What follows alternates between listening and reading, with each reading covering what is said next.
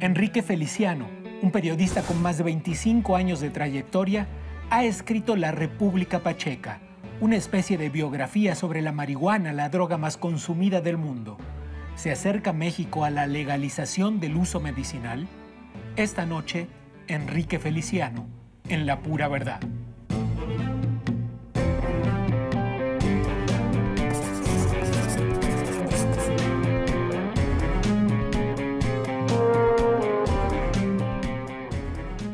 La marihuana es quizá la droga más consumida por quienes consumen drogas. Se habla incluso de que 80% de las personas que lo hacen consumen marihuana. ¿Qué cosas podrían cambiar en México si llegáramos a su legalización en diferentes pasos, en diferentes momentos, medicinal, recreativo? ¿Qué cosas cambiarían? Pues yo creo que cambiaría mucho la situación en el país, sobre todo en cuestión medicinal, sobre todo en cuestión manufactura. Creo que se crearían muchas plazas, se generarían ingresos, etcétera. Y desde luego también en el tema recreativo. Yo creo que esto, como ha ocurrido en otras partes del mundo, pues a lo mejor tiene una tendencia al alza inmediatamente, pero con el tiempo se va a sentar, como ha ocurrido, por ejemplo, en Ámsterdam, ¿no? Pero, a ver, digo, este efecto tsunami del que hablas, es decir, una escalada y luego un retroceso, ¿qué tan grande la escalada y en cuánto tiempo el retroceso? Pues eso yo no lo puedo calcular. Sin embargo, sí te puedo decir que en este país hay mucha gente que consume de manera recreativa, otro % de manera medicinal, y recientemente se está abriendo un panorama para utilizarlo en la elaboración de textiles, hilos y todo esto. El cáñamo, la fibra. Cáñamo, exactamente, sí. Pero de ahí, ¿se podría hablar de un sistema de producción realmente importante? Yo creo que sí. He escuchado que varios empresarios están esperando el momento para invertir en ese renglón y generar empleos y generar riqueza. Yo creo que sí cambiaría el panorama en este país. La República Pacheca es el nombre del libro que escribiste, Crónica de la marihuana en México desde 1492 a 2015. Háblanos un poco de esta historia tan atrás, tan pegada a la colonización. Bueno, yo inicio con la llegada del cáñamo prácticamente al continente americano, que fue con la llegada de Cristóbal Colón, ya que en las carabelas pues traía sogas y traía lonas, textiles elaborados con cáñamo. Esa fue la primera presencia en nuestro país. Después, en la conquista, Hernán Cortés pide que se traiga la semilla del cáñamo justamente para incentivar la economía de la Nueva España.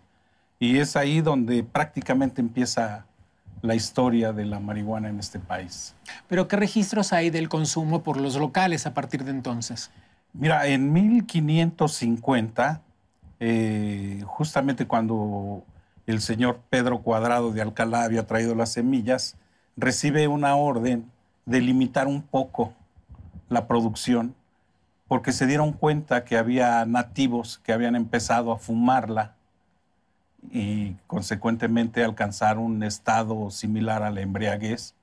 Lo hacían para evadir sus pesares, ¿no? ¿Hablas entonces de una política prohibicionista o al menos restrictiva que empieza entonces en 1550? Sí, pero también hay otras épocas donde se prohíbe nuevamente, se autoriza. Una vez que se prohibió esto que te señalo de Pedro Cuadrado de Alcalá, unos años después se volvió a solicitar que se motivara la producción, porque la Armada Española tenía necesidad de elaborar sogas, velas para las embarcaciones. Entonces, a partir de entonces hacia acá ha habido una serie de prohibiciones, autorizaciones, legalizaciones incluso. Y a lo largo de todos estos años la marihuana ha sido satanizada y otras veces ha sido venerada porque pues ayuda en aspectos de salud. Lo descubrieron también los estados mexicanos. Y bueno, ha sido un trayecto muy serpenteante, por decirlo de alguna manera. En tu opinión, ¿qué resultados nos han traído estos casi 500 años de idas y vueltas prohibicionistas? Pues yo parto de la idea de que cualquier prohibición genera corrupción. Y cada vez que ha sido prohibida, ha generado corrupción. En los años más recientes lo vemos, a lo mejor de la revolución para acá o un poco antes, cada vez que se prohibía se generaba corrupción. En las cárceles... Pero hablas de las prohibiciones en general. Sí, los aspectos más relevantes de las prohibiciones. Lo que más me llama la atención es que en las cárceles donde era introducida de manera ilegal, pues se generó la corrupción. Yo me acuerdo que cuando se construyó la cárcel de Lecumberri, se empezó a generar corrupción justamente porque hubo prohibición de la marihuana. Los soldados que custodiaban ahí empezaron a traficar con los reos y esto generó una corrupción no tan grande como ahora, pero sí generó corrupción. Incluso el director del penal le escribió a las autoridades superiores que consideraran cambiar a los custodios porque estaban incurriendo en estas actividades, ¿no? Curiosamente, también en 1940, cuando el doctor Leopoldo Salazar Viniegas estuvo detrás de la legalización de la marihuana en México, empezó él con un experimento de prohibir definitivamente la entrada de marihuana a las cárceles, marihuana y otras drogas, pues recibió muchos ataques.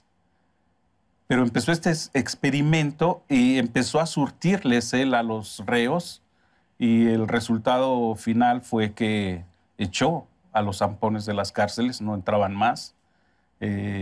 Empezó a tratar de generar impuestos, recaudación de impuestos a través de la comercialización de la marihuana. Lo que pasa como siempre es que cuando hay un volumen de negocio hay muchos intereses alrededor. Sí. En tu experiencia en la investigación para este libro, que ha sido larga por lo que sé, ¿con qué historias te has encontrado respecto de cuáles serían las posibilidades de legalizar su consumo? Mira, yo creo que esto que propuso el doctor Salazar Viniegas hay que reconsiderarlo. Esto fue hace 75 años. Justamente coincidió cuando Lázaro Cárdenas legalizó la marihuana, el uso de la marihuana. Un dato poco conocido por... Un dato poco conocido y fue con los que empecé a trabajar y al cabo del tiempo pues empezó a difundir esto. Pero es un dato muy revelador.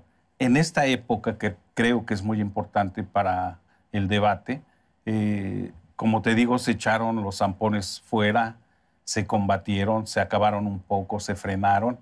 Y creo que esa historia la debemos de retomar ahora. Si legalizamos, nos vamos a dar cuenta que podemos echar a los zampones de la cárcel, a los traficantes, quiero decir. Y de esa manera les podríamos hacer daño, ¿no? De alguna manera. O sea, ¿tú estás seguro de que la legalización es el camino de salida al narcotráfico, digamos? Pues yo creo que sería un punto importante.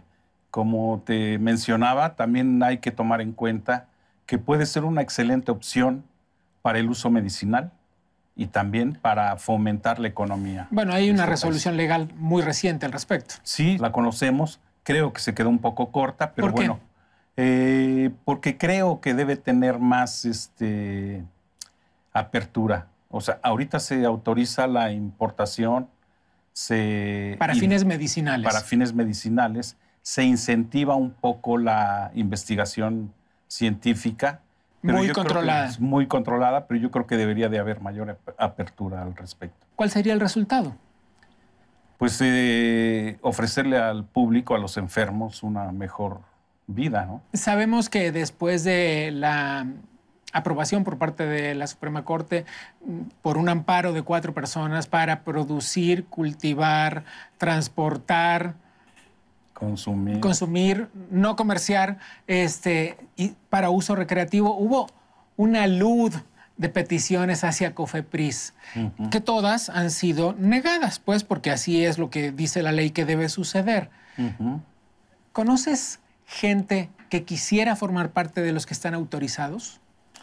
Pues sí, hay infinidad de personas que lo comentan y eso me pareció importante y quiero señalarlo.